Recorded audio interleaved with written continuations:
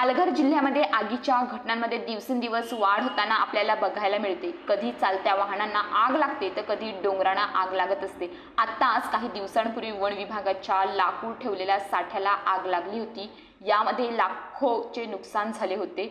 तसेच आदिवासी विकास महामंडळ अंतर्गत येणाऱ्या उपप्रादेशिक व्यवस्थापक कासा यांचे घोळ येथे भात साठवण्याचे भाड्याने घेतलेल्या भात गोदामाला सोमवारी रात्री 1 वाजण्याच्या सुमारास भीषण आग लागली होती।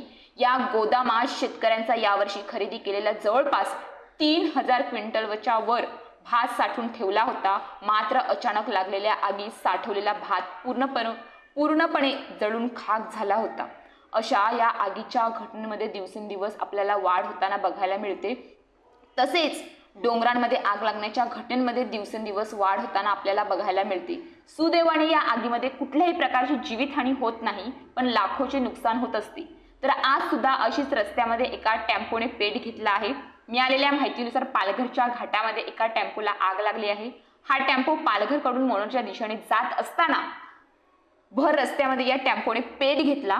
या आगीमध्ये टेम्पो पूर्णपणे जळून खाक झाला आहे, पण या प्रकाराबद्दल सखोल माहिती अजूनही हाती लागलेली नाही। टेम्पोला आग कशा प्रकारे लागली याचीही माहिती अजूनही हाती लागलेली नाही।